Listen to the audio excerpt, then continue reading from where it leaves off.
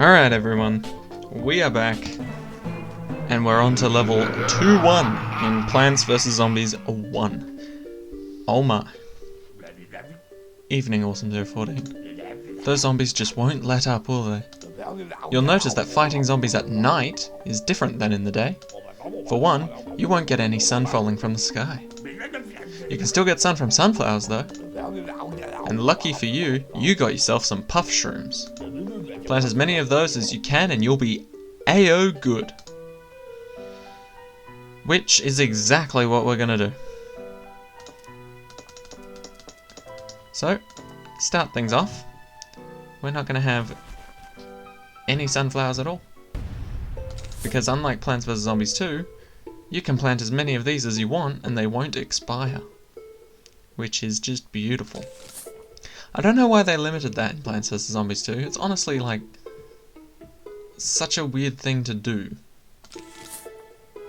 Limiting a plant that's entirely, well, its entire purpose is there to help you save money and scrape by so you can actually rack up for some big guns. And they don't let you keep it forever. That just seems wrong in my mind. Anyway, enough about that game. So yeah, we've been given the puff shroom, which is completely free. And I figured I would introduce this new level of darkness, considering it's the first one, by doing puff shrooms only. This hasn't been recommended to me as a challenge, obviously, because these are pre-recorded, but hopefully by the time my exams are over, I'll have a nice stack of challenges from you guys to really push my limits and flex my, what do you call it?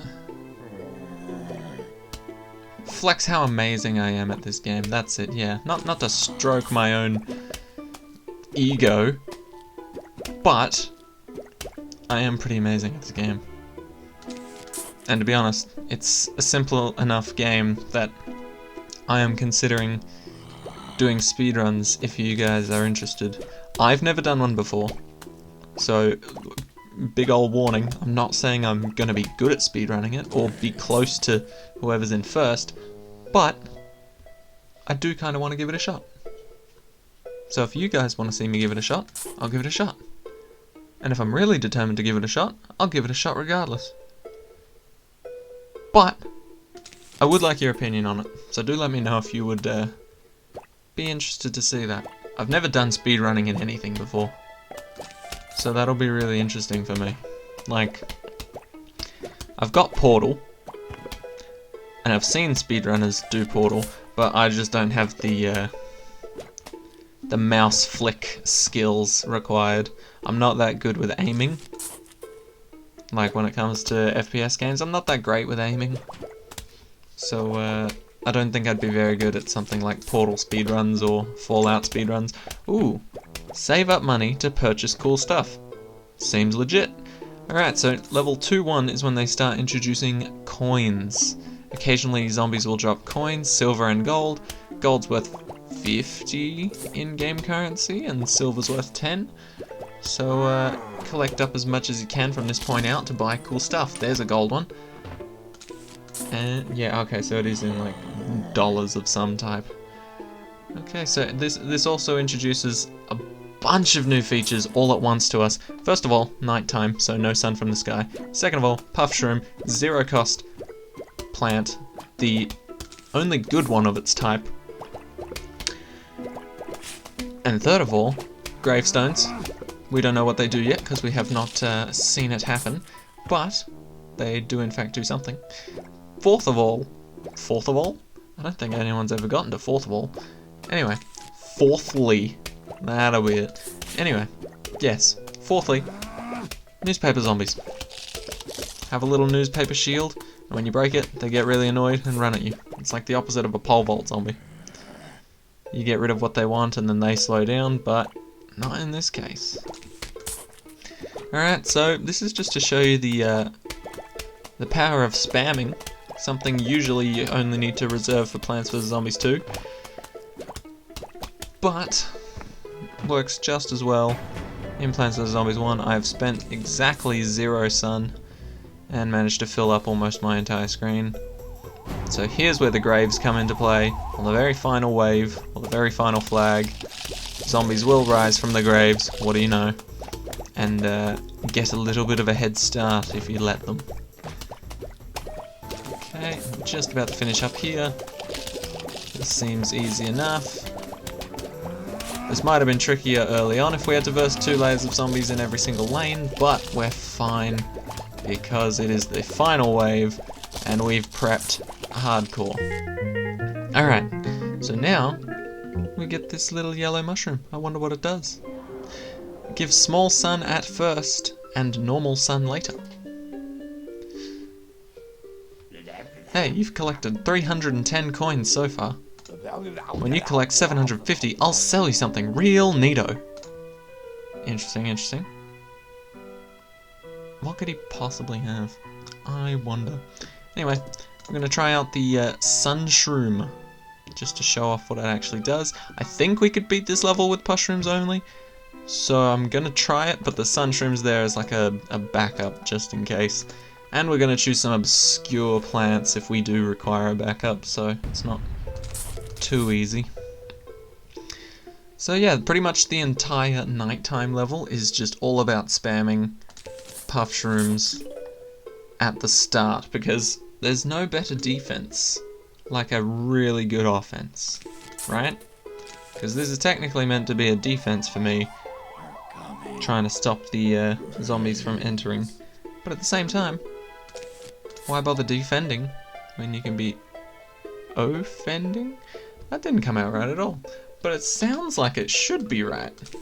That's the weirdest part, you know? Why bother defending when you can be offending? Insert politically incorrect comment here. Anyway, let's dig ourselves out of that hole. Yeah, so the Sun Shroom, as you can see, apart from looking quite pathetic right now, it also gives pathetic amounts of sun. It gives you 15, but it did say later on it would give more, or normal sun, which, to be honest, isn't that great. Most of the time I just stick with regular sunflowers so I can get regular sun the whole time. It does mean that my sun generation in total is really slow, but here's the thing. I've got puff shrooms that I can spam, so I don't really care if my sun generation's slow because I've got defense on lock. This is like the only set of levels where you don't need the potato mine at all, because you can just dominate with 0 cost puff shrooms. And their recharge is fast, like, honestly, why would you do that? That's just too easy. Anyway, we're going to start seeing these mushroom guys grow up very soon, starting off with this guy at the top here, and then slowly working its way down as we have bought the other ones. So there's the first big guy, showing up right on time, and I've found, because this hurts my OCD, well, I don't have OCD, I'm exaggerating, but the small part of me that likes things to be in certain orders knows that we will get the perfect amount of sun from these small guys to line us back up with regular amounts of sun numbers. So 360, for example, is in between two good sum numbers. That one is dead on though, so these two should be growing up before I get another small sun, because sun shrooms are perfect and work out like that. I don't know how they managed it, but PopCap just nailed it with that one, honestly.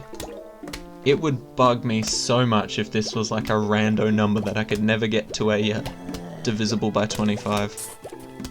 Maybe that's just me, but I don't know, I just really love the fact that always rounds perfectly. If you collect all the sun, that is.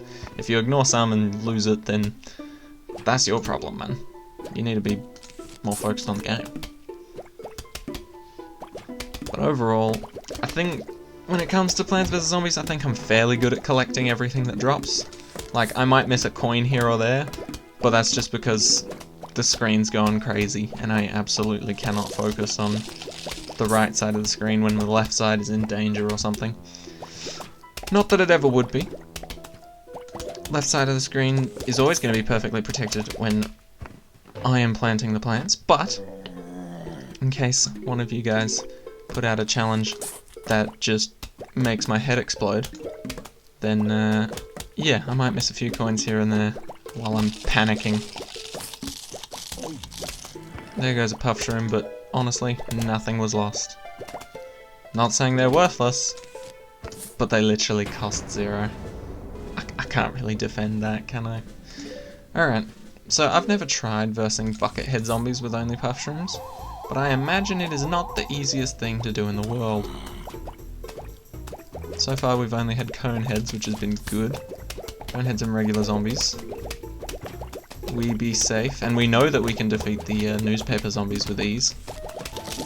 They might get a few bites off, but not enough, you know. So we're doing well in that respect. Okay. It's fine, he only got this far because this guy was pre-eaten. Okay, so we should be fine here. I don't see a way that this could be horrible for us. Obviously Bucketheads, but I feel like they'll get through a couple plants, but then get smoked. They'll get destroyed by the back layers. Nobody reaches the back layers alive, and here it comes, the first example. Can we survive a Buckethead with just puff shrooms? Here's hoping. Okay, dented it a bit. As you can see, the Bucketheads don't mess around. They absolutely destroy compared to the cones. Just placing an extra guy there for some more damage. Okay. We're still outputting max DPS against this guy. Oh yeah, we'll win. It's going to take a lot of replanting like I originally thought, but yes, puff shrooms can take out a Buckethead with somewhat ease. Okay. We're getting there. Have to replace this guy. Okay. Getting quite far. The only way I think we're screwed here is if there was 2 Bucketheads in the same lane. Like, really close, like one after the other. That's like the only time we'd be actually screwed. But, so long as they keep throwing them out in a nice little sequence, separate lanes, we should be perfectly fine to beat this final wave. Although really, now that I think about it, any type of bodyguard on a Buckethead is actually quite bad for me. But I don't think it'll actually, like, beat us here. We're definitely gonna win. It's just whether or not they make it to the lawnmowers. I am not ready to showcase what the lawnmowers do. Like, I know what the lawnmowers do, and you guys probably could take a guess at it. But, I've always wanted to do the whole game lawnmowerless. And as far as I'm aware, I can't honestly remember if I have achieved that or not. So, I guess that's what we're aiming for. Full playthrough, lawnmowerless. Alright, let's see what we got here. If a metalhead comes from here, we are screwed. Okay, cone's fine. Cone's perfectly fine. Here's the metalhead. Down the middle, that's okay. Now we could cherry bomb here, but I did say this entire level with only puff shrooms. And that is what we are going to do. Okay, that's good. The metalhead has taken the lead. So we've just got cleanup to do afterwards. Which isn't too bad. Oh no, never mind. The weaker zombie has taken the lead. Never mind again. He got obliterated. Okay. Grandpa's annoyed. We destroyed the newspaper, but that's alright. The Daily Times are in the daily past. Okay. I think we do have this. Yeah, okay, yeah, we've got this. He's just a regular zombie now, he's screwed. See? And we do it with relative ease. It was getting a bit punchy at the back there, but we're alright. Okay, so we've unlocked the Fume Shroom. Shoots fumes that can pass through screen doors. Why would we ever need to pass through screen door? Oh! Honestly, this game is such a spoiler to itself. Alright. We'll just play like normal people. Because, let's be honest. We need to get through this game a little bit quicker than we're actually doing. Not to say that it isn't a good game and that I want it over with, but more of a, yeah, I can meme around a bit, but if it's slowing down the entire video and making it like 40 minutes long, that's kind of annoying. So I'm going to try my best and just absolutely destroy these guys with as many fume shrooms as possible. The trick with puff shrooms is that you eventually just... They're just placeholders, let's be honest. They're just placeholders. It's like when you have a pawn in chess and you get it to the other side of the board. That's its only purpose, let's be honest. Sacrifices and getting it to the other side of the board.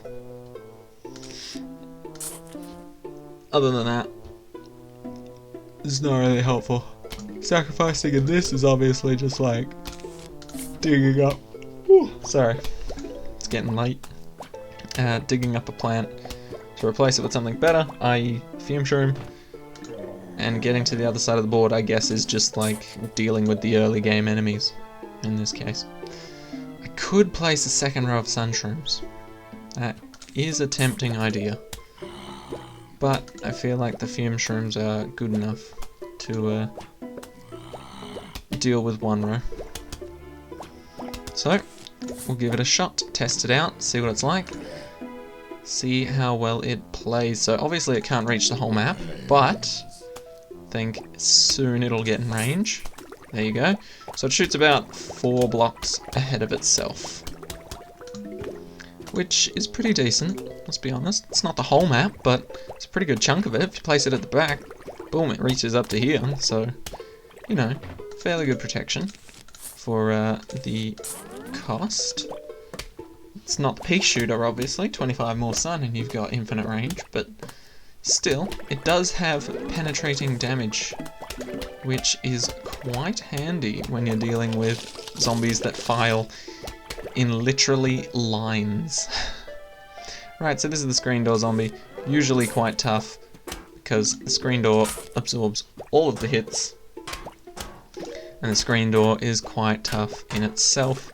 The actual zombie though, as you can see when the fume shroom shoots, the zombie lights up and takes damage rather than the actual shield itself. So without actually taking out the door, we can take out the zombies and absolutely destroy them. Easy enough. So now we just load up on fume shrooms, let's be honest. We did have to take a hit to one of our puff shrooms at the front there, because our fume shroom could not kill the screen door zombie in time, but soon we should have that fixed. Man, I've been watching a lot of Black Mirror lately, and it really annoys me. No, Black Mirror doesn't annoy me, Netflix annoys me, right? Because once I finish a season of Black Mirror, doesn't matter what season, whether it's the last one or the middle one, right? Once I finish it, it says, playing Black Mirror Bandersnatch now. And I'm just like, I'm sorry.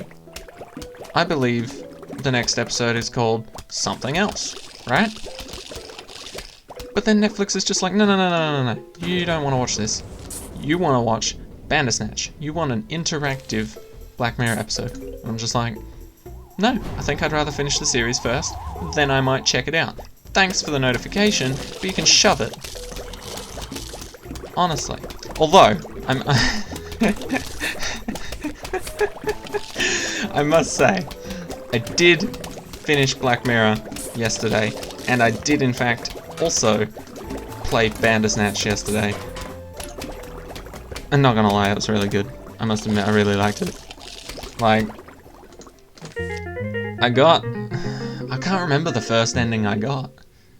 Because, like, the thing about Bandersnatch is that it keeps kind of looping you back so that you get the ending they desire, but I think there's 5 endings in total.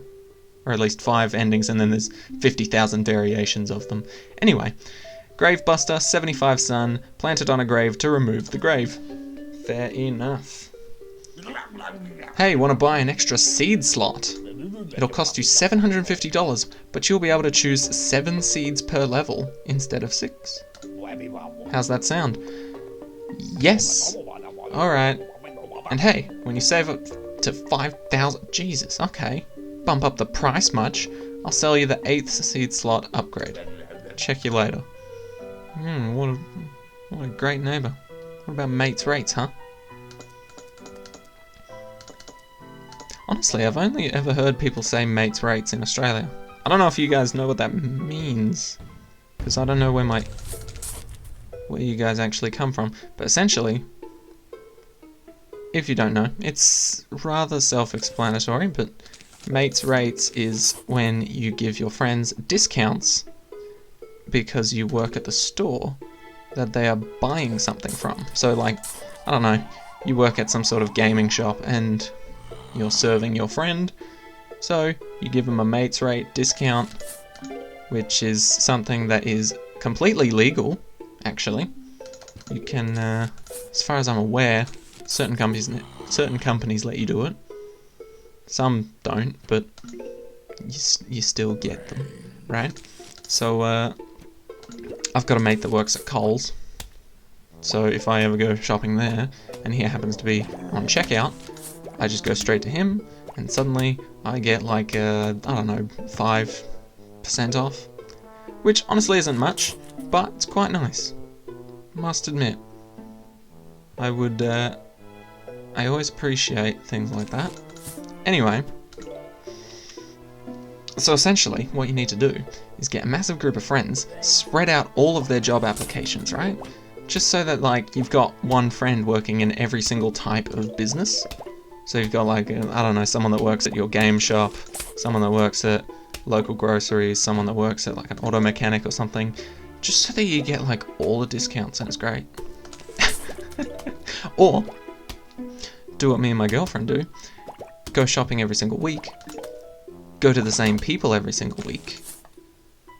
And so, over time, you get to know them, you get chatting them, and then, well, this has only happened at Woolworths, but, yeah, we've made quite a few friends there, and every time we go through checkout, we go to them, and they're just like, oh, I gave you a small discount. It's like, oh, cheeky. Oh, thank you. We appreciate that. And, yeah, it's brilliant, honestly. It's pretty great. So there's the grave buster for you. You destroy a grave, and, little helpful tip, you destroy a grave, pops out a coin. Pretty much every time, guaranteed. Pretty sure. So there's another one. Pops out another coin. Very handy indeed. Don't know why I set my fume shrooms up so far ahead, meaning that I could lose them, potentially, and I'd actually have lost money. That's a bit of a 3-head move right there, but I think we'll be doing fine like this.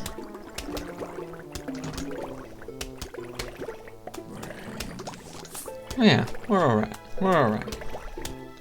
Although, something like this. I hope that's enough to actually stop it from dying. Something like that. Okay, yeah, we're fine. Make way for the new one. Thank you. Okay, that zombie's even helping me set up, which is quite lovely. Put you there. Okay, yeah, we're fine. Besides my bad placement of fume shrooms in the first place, this is going great. This is going absolutely... Ugh. I don't know why I'm so burpy today. It's so weird. And no, I'm not like jumping on the floor doing a push-up, jumping up. Not that type of burpee. Must admit though, that's pretty good exercise. Not because it actually works you out well, it just tires you out real quick. I'm sure it is a good exercise in essence, but yeah, essentially you're just doing a push-up and then jumping to celebrate that you did a push-up. And then you're doing another push-up. Like you deserve to celebrate if you can do more than one. Honestly. If you can do more than one push-up, you don't need to do burpees. You just keep doing push-ups. You don't need to jump to celebrate. You can jump all you want afterwards. Maybe break a world record, then you can celebrate, but... Nah, I'm kidding. That's a very pessimistic point of view. Beat your own high score. Personal bests are the personal best way to work out. I think my personal best for push-ups in one session? Ooh, actually, I don't know. I know I've done... At one point in my life, I've done 50 in a row. Without, like, breaking. Like, pausing, I mean. But, I don't know how many I could do before, like, actually collapsing. Man, at one point it was like my dream to work out that hard. You know, like, proper anime style. Just like, must work out, must save X person's name. She is the love of my life. Must do it, must train. And then they, like, pass out from, like, super fatigue. Right? I've always wanted to do that, which is very weird because no one should want that. But I don't know, I've just always thought it's like cool and badass to be like, oh, I must have worked out so hard that I fainted, you know? I don't know why I've always thought that, but yeah, I'm surprised I've never gotten to that part. I have, in fact, gotten to the part where I've done so many push-ups that I couldn't push myself up anymore. But that was kind of pathetic, you know? Because, like, in the animes, you just see, like, them doing push-ups or whatever, and then when they finally give up, they're in the up stage of the push-up, and then they just collapse. They completely can't control their own descent, and they just hit the floor. Whereas my scenario was, like, I was already on the floor, and I just couldn't push back up.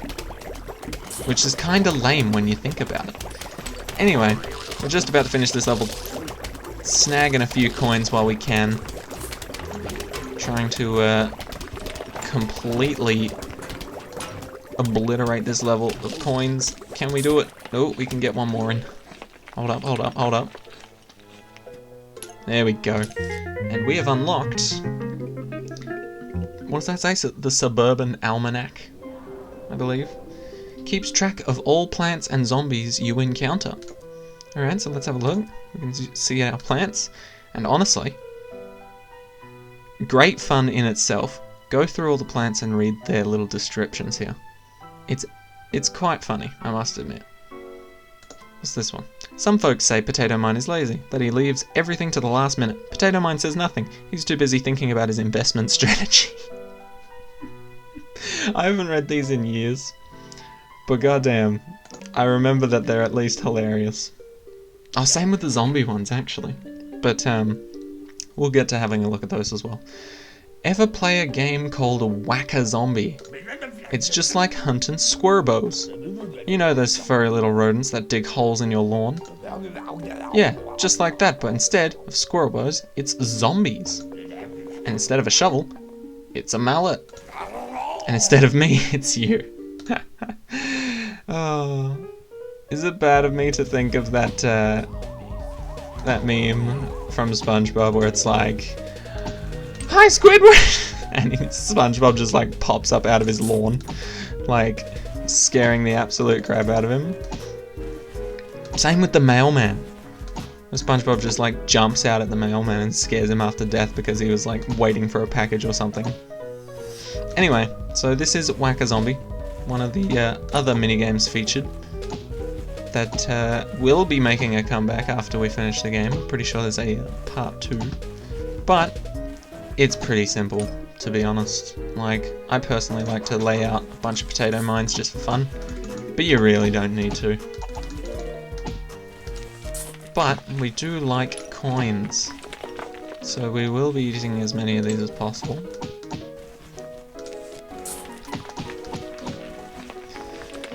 But yeah, don't worry, this does get relatively more advanced than just one hitting every single zombie.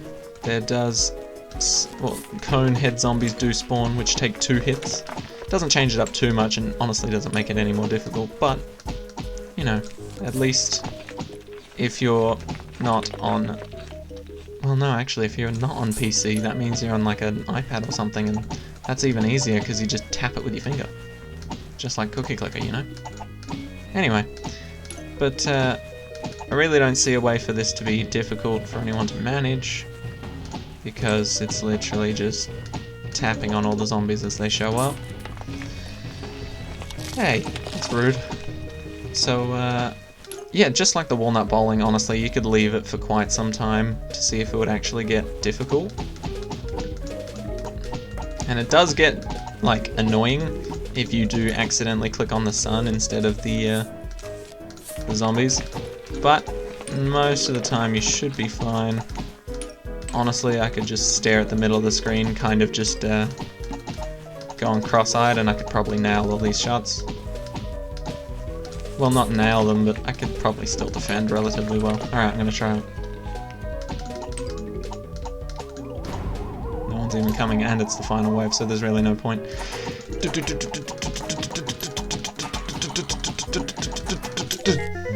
Alright. That was simple enough. And this is sadly the end of the episode. However, not before we pick up the Hypno Shroom. Makes a zombie fight for you.